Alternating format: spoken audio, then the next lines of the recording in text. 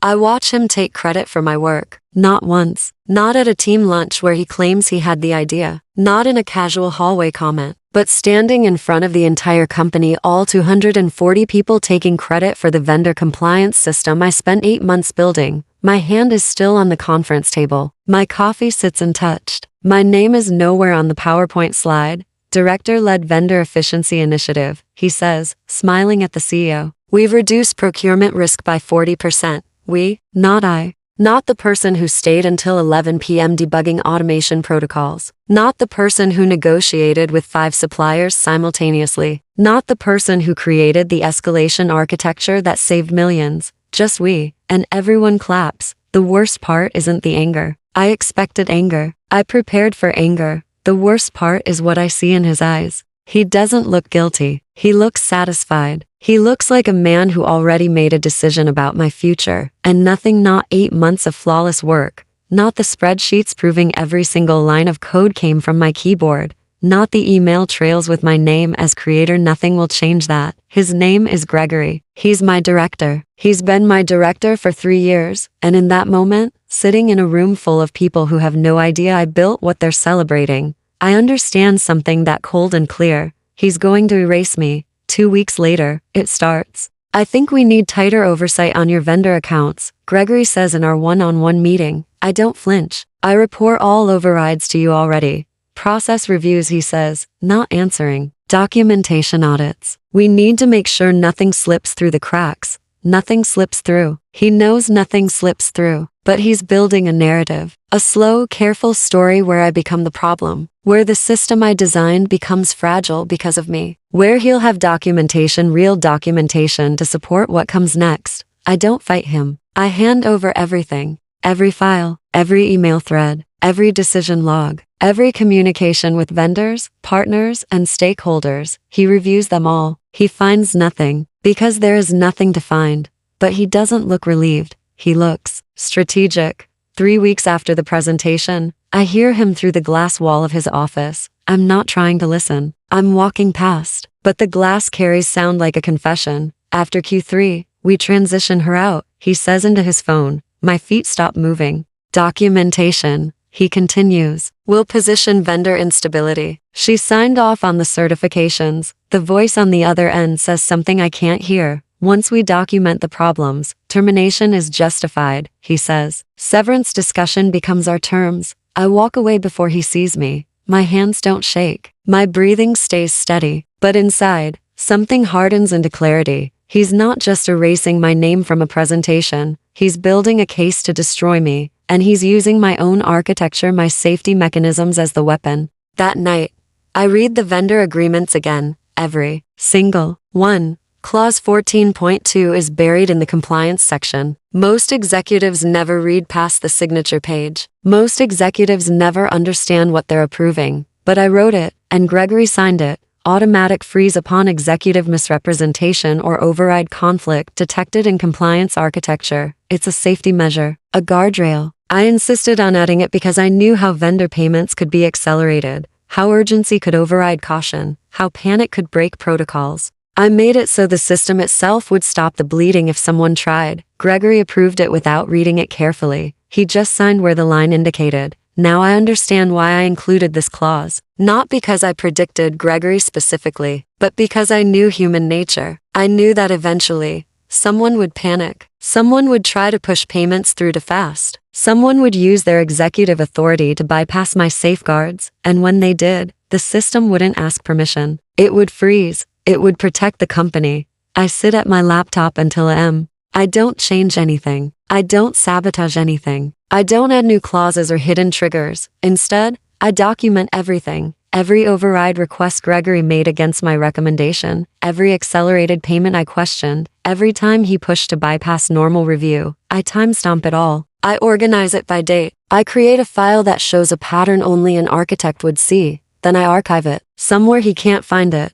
And then I do the one thing that will make him panic. I hand in my resignation the next morning. Immediate. Effective now. No notice period. I tell HR, and I watch her face. She's expecting a reason, a story, a narrative I'll construct that explains why I'm leaving without ceremony. I give her nothing. Effective immediately. I repeat, The email goes out at 8:47 a.m. Gregory calls at 8:53. What is this? His voice is already strained. A professional decision. I say, very calm. You can't just leave mid-cycle. The vendor accounts are still not my responsibility anymore, I say. Good luck with Q3. That afternoon, Gregory does exactly what I predicted. He rushes 5 pending risk memos through the system without waiting for dual authorization. Normally, I would be the dual authorizer. I would review them. I would approve or reject them based on compliance risk. But I'm gone. So the system registers his overrides as a single point escalation, a compliance red flag, a governance concern. The system reads his actions as a risk exposure, and the system has instructions. At 3:14 p.m., 5 vendor payment portals turn red, 5 freeze notifications go out simultaneously, $7.8 million,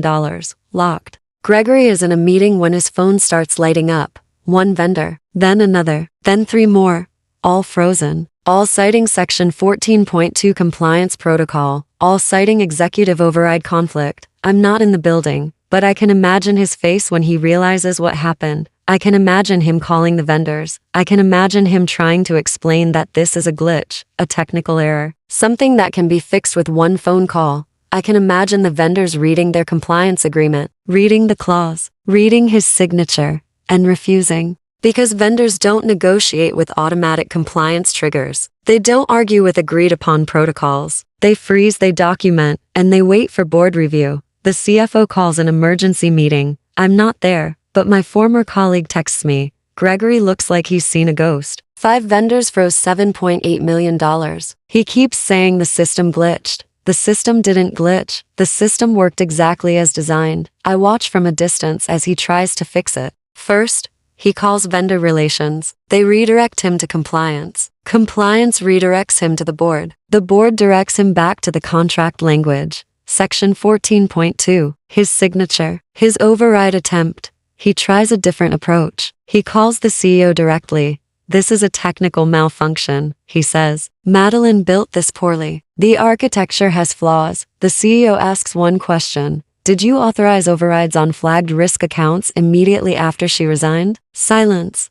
The CEO already knows the answer. The logs are in his hand. By the next morning, vendors are requesting formal explanations. The largest vendor, the one that represents nearly 3 million of the frozen amount, sends a compliance inquiry. They want documentation of why their payment was flagged. The board reviews Gregory's override request alongside the vendor risk assessment. The mismatch is impossible to explain away. Gregory requested acceleration on an account flagged for currency instability and late delivery history. The override had no documented business justification, just urgency, just panic. One vendor's legal team contacts the company's legal team. They cite executive pressure inconsistent with agreed governance. They're not threatening a lawsuit yet, but they're positioning one. And that's when the board realizes this isn't an internal problem anymore. This is reputational exposure. External parties are documenting Gregory's behavior. External parties are building a case. External credibility is at stake. The board pulls the override logs. They see the timestamps. All 5 overrides push through between 2:45 p.m. and 3:12 p.m.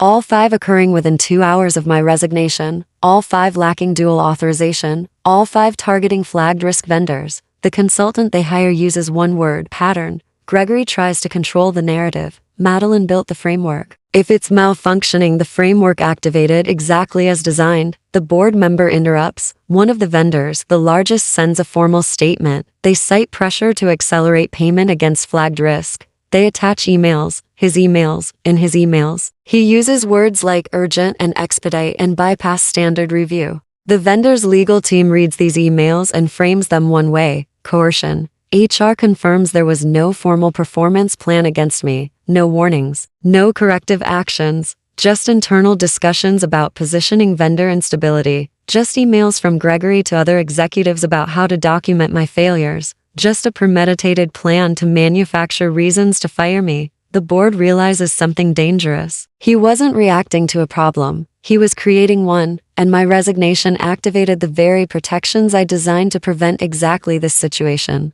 The compliance consultant delivers findings in writing. System escalation was triggered by executive override cluster inconsistent with governance structure. Architecture functioned exactly as programmed. Translation: the system worked. Leadership didn't. Gregory's authority gets suspended pending investigation, not immediately terminated. First suspended, because investigations take time. They need documentation. They need emails. They need proof, and my archive files provide all of it. 1 week later, the forensics team uncovers the email thread. Subject: transition plan. Dated 2 weeks before my resignation. Once we document vendor instability, termination will be justified. He CC'd to executives. Neither responded affirmatively, but neither stopped him. That email changes everything. Now it's not a management mistake. Now it's premeditated. The board votes in closed session. The decision takes 30 minutes. Termination for governance breach and reputational exposure. Not because I accused him. Because documentation did. The CEO personally reviews the evidence one more time before the vote. The premeditation email. The override timestamps. The vendor pressure trail. The pattern of panic the moment I resigned. It's all there. All undeniable. One board member says something that matters. This wasn't a mistake. This was calculated. Another board member nods. And she anticipated it. She built this system knowing someone like him would eventually try to use it. They don't know I'm right. They don't know I designed clause 14.2 specifically for scenarios like this. They don't know I archived documentation before I resigned. They don't know I walked away knowing exactly what would happen. And I never tell them. Gregory leaves the building on a Thursday afternoon. Security walks him out, not ceremonially, just escorting him to ensure he leaves. No severance negotiation, no settlement discussion, no opportunity to shape the narrative, just immediate, documented termination. His office is boxed up by someone else. His access cards disabled before he reaches the parking lot. He tries to call the CEO 3 times that evening. The calls are screened. His attempts to secure another executive role all stall during reference checks. Compliance records follow him quietly. The word escalation risk appears on his file. People who once returned his calls now have him on do not call lists. His LinkedIn requests are declined. His professional reputation doesn't just crack, it fractures, and every piece shows the same damage. Poor judgment under pressure.